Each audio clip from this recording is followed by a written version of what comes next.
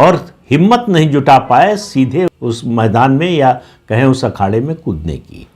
लेकिन वो बातें काफ़ी हम लोग कर चुके हैं, उसको छोड़ दें, आज के संदर्भ में लौट आएं कि आज क्या हुआ है।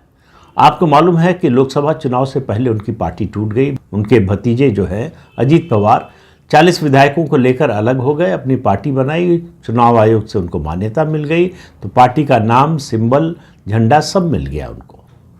शरद पवार ने कहा कि मैं बूढ़ा हो गया हूं लेकिन रुकूंगा नहीं, ये बूढ़ा चलता रहेगा। अब वो बूढ़ा कह रहा है कि मैं थक गया हूं, मैं रुकूंगा, मुझे सहारे की ज़रूरत है। ये शब्द नहीं है उनके, लेकिन जो वो करने जा रहे हैं, करते हुए दिखाई दे रहे हैं, उससे यही लगता है। तो लोकसभा चुनाव में उनको 10 सीट पर लड़े लोकसभा चुनाव और 8 जीत गए। तो उनको लगा कि भतीजे को मात दे दी, कि चाचा चाचा होता है, भतीजा कहाँ टिकेगा सामने। लेकिन भतीजा भी जिद्दी था, वो उसने हार मानी नहीं। लोकसभा चुनाव के नतीजे को उसने अपना राजनीतिक भविष्य मानने से मना कर दिया और गठबंधन में भी बना रहा, बीजेपी के नेतृत्व में जो गठबंधन है, और चुनाव भी लड़ा, कम सीटें मिली, फिर भी कोई एतराज़ नहीं किया और ज़बरदस्त प्रदर्शन किया।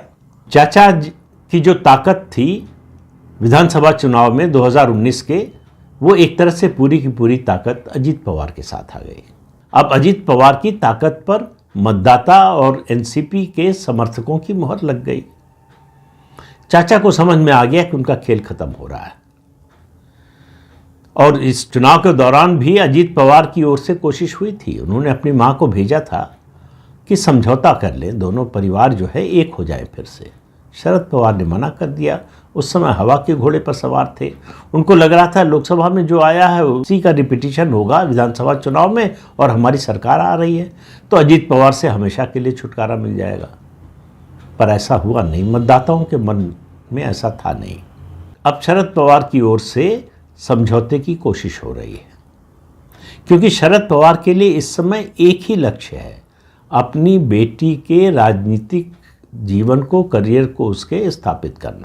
तो अभी एक ताज़ा खबर ये आई है कि अजीत पवार की मां पंढरपुर में भगवान विट्ठल के मंदिर में गई थी। बड़ी मान्यता है भगवान विट्ठल की महाराष्ट्र के सामाजिक जीवन में और राजनीतिक जीवन में भी। आमतौर पर भगवान के यहाँ जो भी जाता है, मंदिर में जाता है, सब लोग जो है प्रार्थना करते हैं, कुछ इच्छा जाहिर करते हैं, लेकिन बाहर आकर बोलते नहीं हैं। लेकिन उन्होंने बाहर आकर बोला, ये राजनीतिक लोग कभी कभी करते हैं, उन्होंने कहा कि उन्होंने भगवान विट्ठल से प्रार्थना की कि दोनों परिवार एक हो जाएं फिर से।